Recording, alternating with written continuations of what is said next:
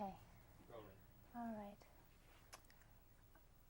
Irene, could you tell me when you first came to, well, tell me about your life in the country with your family before you came to the mills. We lived in Alabama, in Chambers County, Alabama. We moved to Georgia when I was 12 years old. And we lived in the country and worked in the field. But we enjoyed it. We had a good time. And then when so many of us got just about grown, my brother went to Noonan and went to work in the mill down at East Noonan. And the overseer, he told him about how many sisters he had and his dad, and he wanted to put us to work there because it was good for the company to have a big family. So we moved there and we went to work in the mill, and we just thought we were rich then because we had a lot of money every week. And then we stayed on there a long time till they had the strike, and we were in that union mess, and they wouldn't work anybody that was with it. So we moved off the village, they called it, and Papa come down here and got us a job in Grantville, which was a help to the company because there was a lot of us in the family. And I've been here ever since 1938.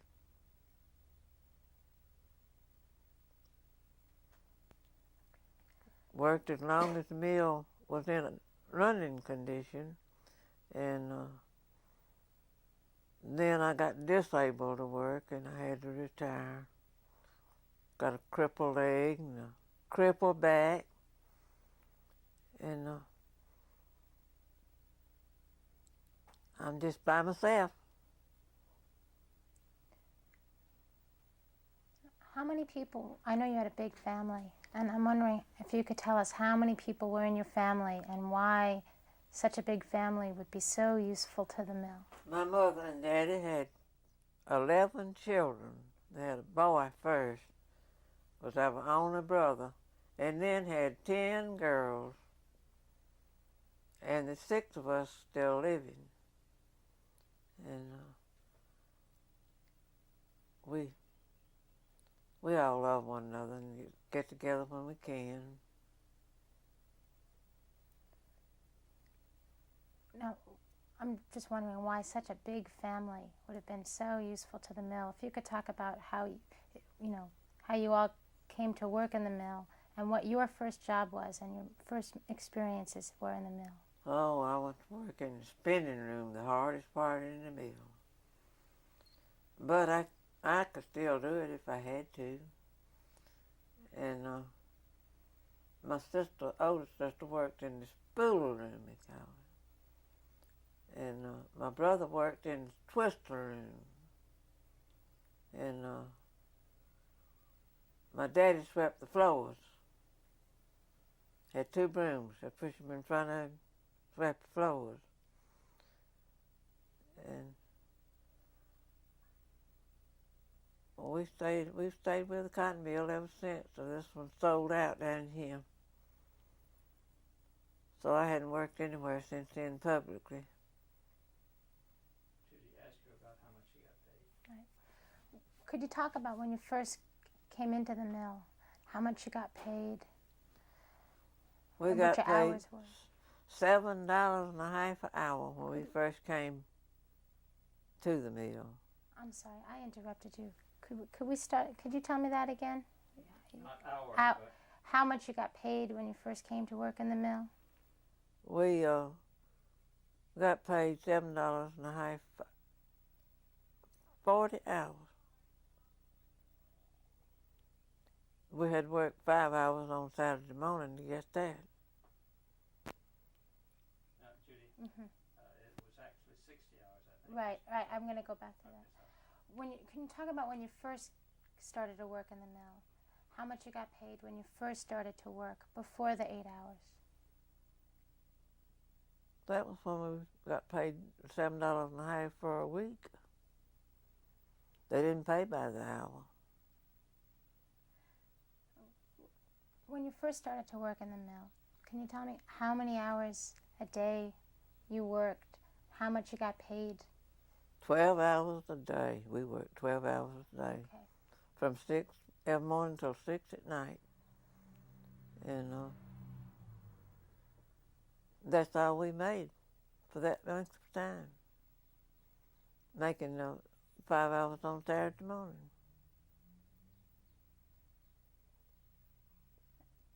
Could you tell me what the work was like, how hard it was when you first started working? Oh, it was hard. I'd blister my hands and burn my hands, and the bobbins going so fast they'd burn, and kept a sore hand all the time. But we managed to stay with it because they didn't love anybody to be out. So we worked as regular as we could, all of us.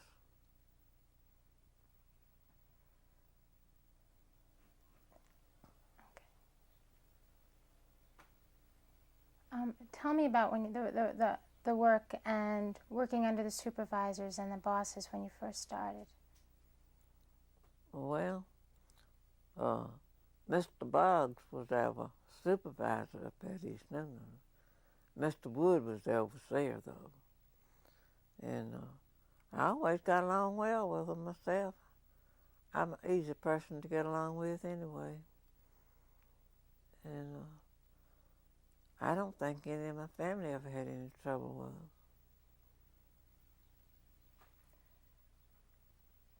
Could you talk about when Roosevelt came in and the NRA?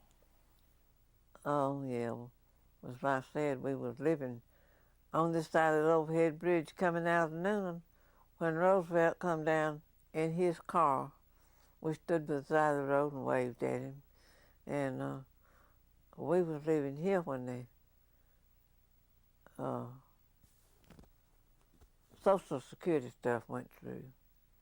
That was in 1934, I believe.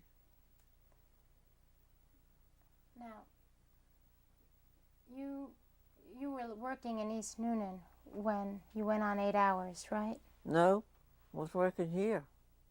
Really? Mm-hmm. Actually, I think that the 8 hours started in around 1932. 33. I'm sorry. Well, I was here Now then. get to 33 and what Okay. happened in the mills and so on. Okay. Anytime. Okay. Irene, Mm-hmm. in 1933, the 8-hour day replaced the 12-hour day. Yes. Could you tell me about that and your experience with it? Well, we went to work at 7. Yeah, we went to work at 7 and work until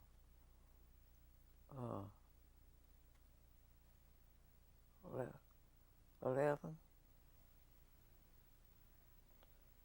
And we didn't know what to do there till we got out before night, see. And we would gather at our neighbor's house and sing gospel singing. But we enjoyed it, but people don't do that no more. I don't know why. Everything got moving too fast, too fast. Now, when you went on 8 hours, they also brought in the minimum wage. So could you talk about what it was like working in the mill when you had less hours and a higher wage? Well, I don't remember how much we made an hour. Seemed like it was $3.40 or something like that. I don't know. No, it wasn't that much. About $2.40. But we made a living off of it.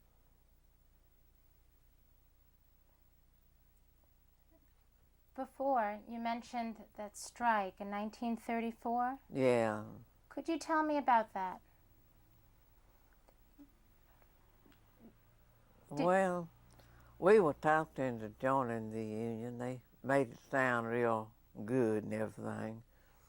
But we found out it wasn't what they thought it was because they didn't have the right leaders. It might have worked out if they had the right leaders, but they didn't. There was a man and a woman, and we would meet at like a school building or something like that, you know, tent or anything, to have the meetings. Oh, they made it sound real flowery. But in the long run, we found out it wasn't what they said it was. So they fired us at the mill and wouldn't let us in the mill no more.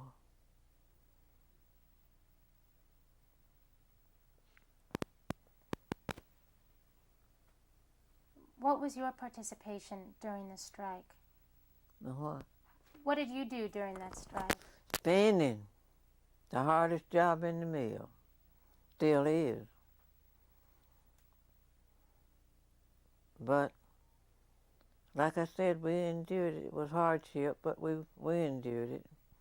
Because it was better than we had in the country. I mean, we didn't have that kind of money when we lived in the country. Because we'd get our crops gathered and gather other people's crops.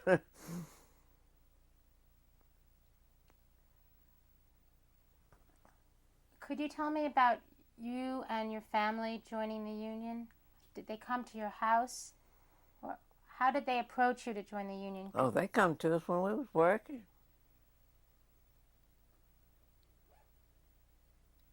And then they got us started to go into the house.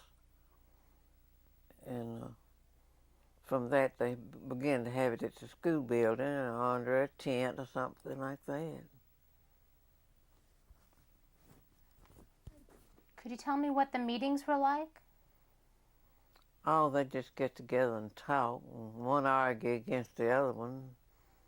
Didn't any of them know what they were doing, I don't think. What was your understanding of what the union was going to do for you? It was my understanding that we would work shorter hours and get more pay. But it wasn't that way until Roosevelt declared it that way.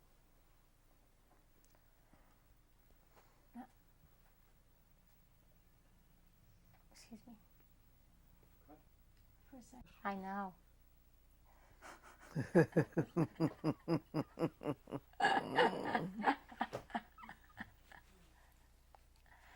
Now, the way that I have understood it, that after Roosevelt brought in the Blue Eagle, do you remember that? Yes. Well, tell me when they brought the Blue Eagle to East Noonan. We wasn't at East Noonan then, we were down here. Okay, well, from what you've told me, you were working in East Noonan in before that strike. Is that right? Yeah, in 1928 and 29 and 30. Okay, well, the strike took place in 1934.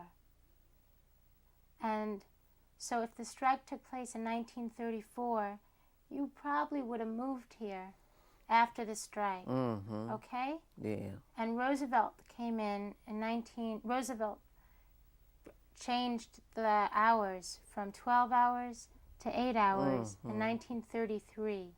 Mm-hmm. So you were still working in East Noonan, from what you've told me, in 1933, when the hours changed. Mm-hmm. Okay? Is that, you getting that? Yeah. Okay. So I'm wondering why, if you had already had lower hours and lower pay, higher pay and lower hours, why else? I've been told by some people that the other reason why they wanted to strike was because the work was speeded up. Yes, it does. Do you remember that? Yes.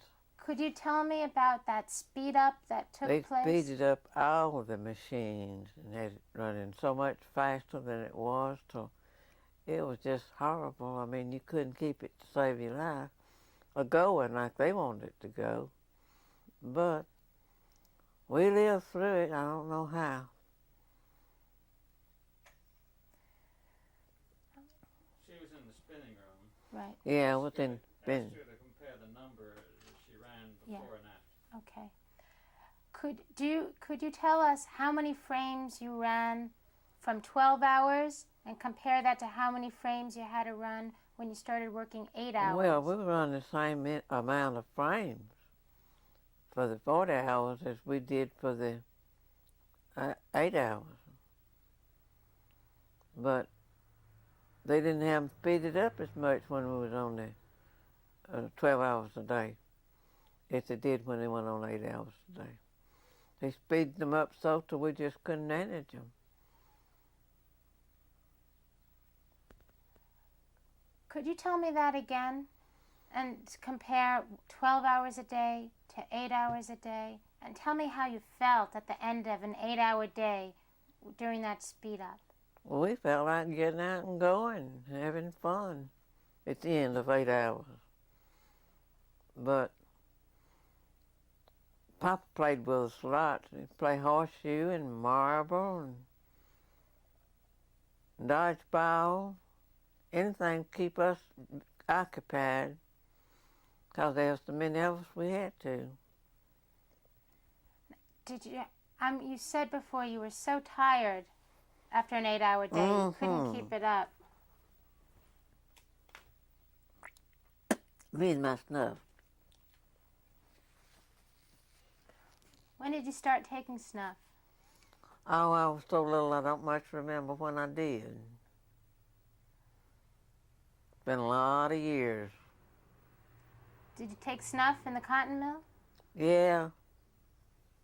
Why? Well, the yarn was color. A lot of different colors, and that color was poisonous to them. We pulled the string up and catch it in our mouth and hold it till we could get it threaded up. And that's the reason we use snuff in the mill. What did the snuff do for you? We didn't swallow the saliva. Where would you spit this? Where would you spit in the cotton room? I carried me a jar in my apron pocket. We all had to wear aprons with big pockets. Carried me a jar in my apron pocket. Use that.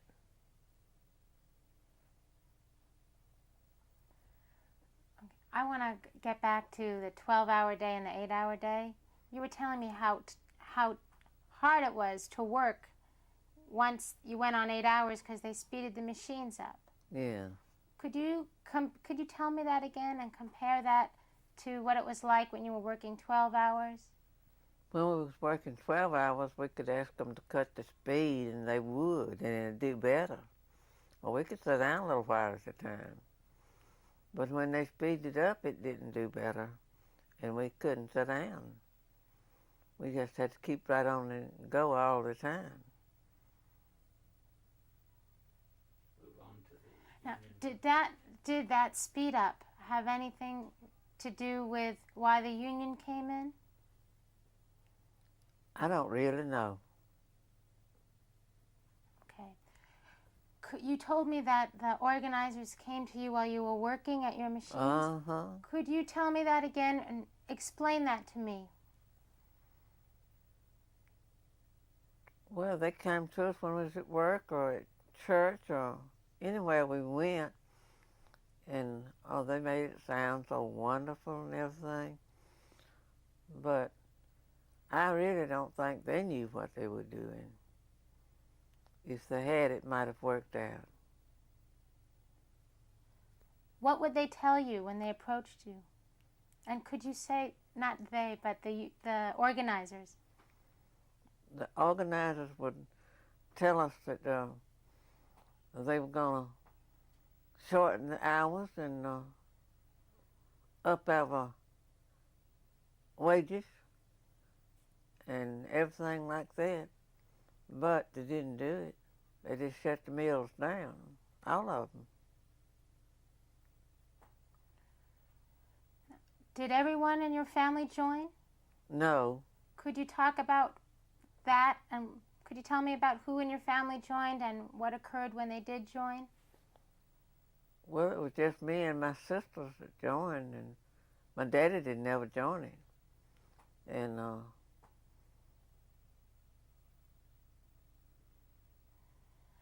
some people have told us that when one side of the family would join and others didn't, that it caused. What?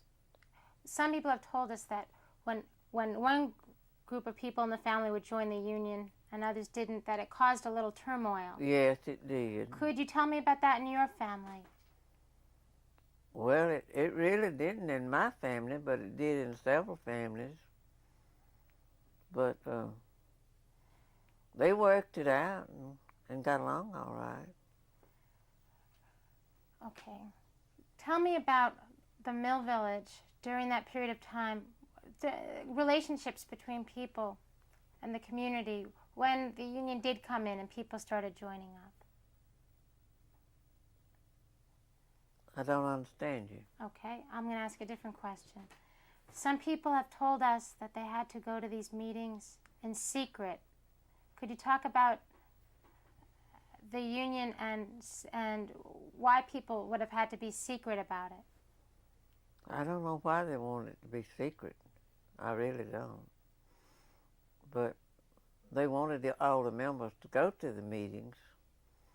But I never did get very much out of it myself because they didn't, well, it didn't make you understand it.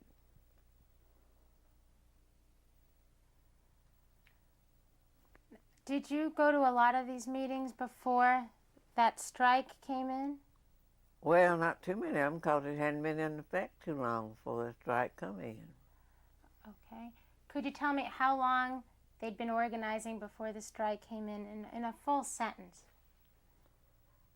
Well, they had been organizing it for, I'd say, 3 months or longer. But they still didn't understand it. That's the reason they couldn't make us understand it. Could you, Judy, ask Yes. them who the organizers were, if yes. they're local or... Yes. Who were the people that came to organize the union in East Noonan? I don't remember their names. It was a man and a woman. Where did they come from? I don't know where they lived at that time, but they would come to East Noonan to have the meetings.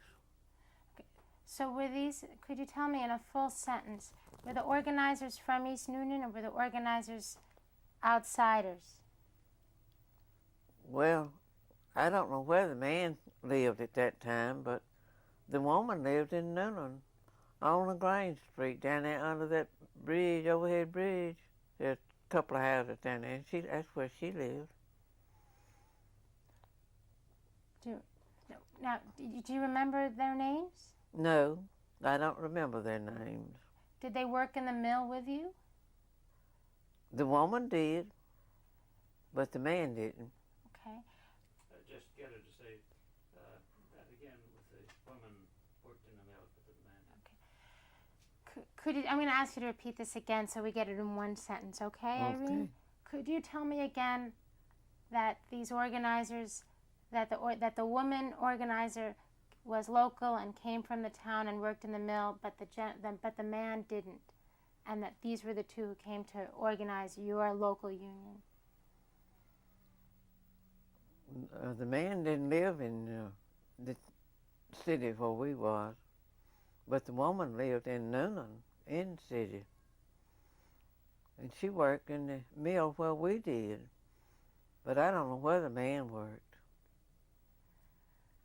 I'm going to ask you to repeat that one more time and include the word organizer, so someone who doesn't know who the man or the woman is would know who you're talking about. Mm-hmm.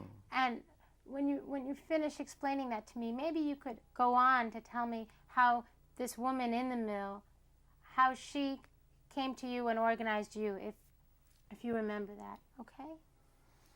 I'll do the best I can. Okay, you're doing great.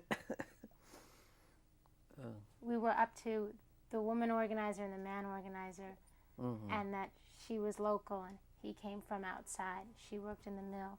You were going to tell me that in a full sentence and lead into a story about the woman organizer organizing you. Okay?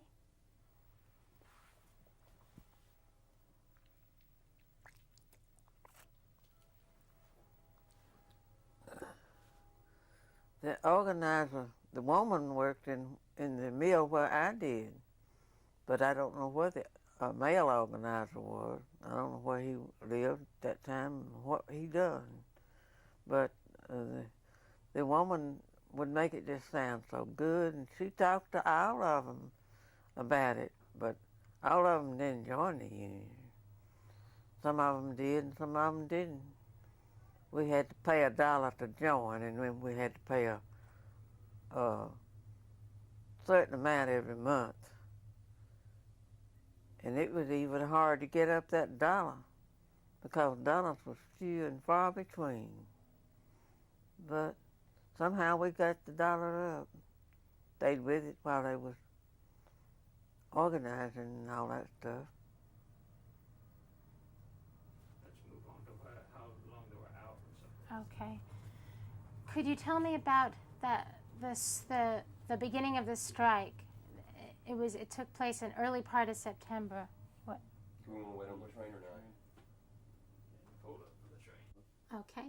Irene, I'm wondering, well, what I was going to say was a lot of people have told us that these organizers always came from the outside.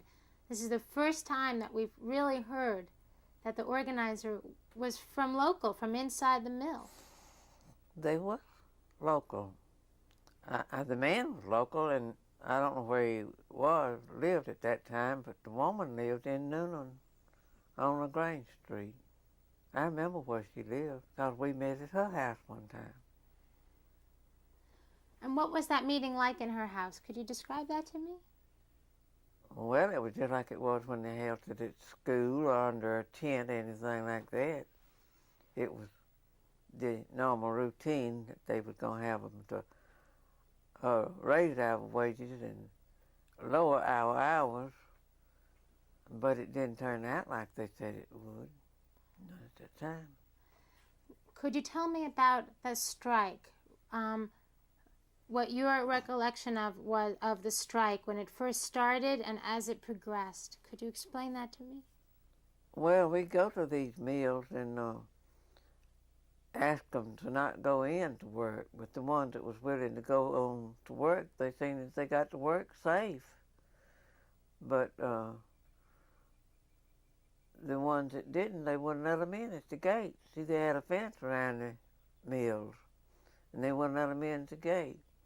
And when we went to Noonan to the old mill in there, they had the troops out there to see that nobody got hurt and harmed, and they had their guns like they were going to shoot and all that, but they didn't ever shoot.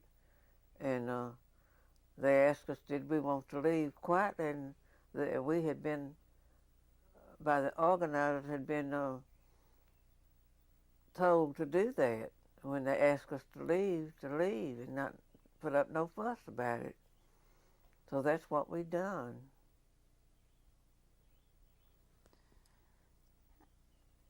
Okay. Now, so you were there at the old mill when the troops came? Mm-hmm. So did you go out on these flying squadrons?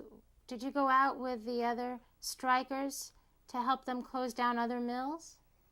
No, they asked them to not go in. Right. And they knew better than to go in, the ones that belonged to the union. But the ones that didn't belong to the union went on in and did their work.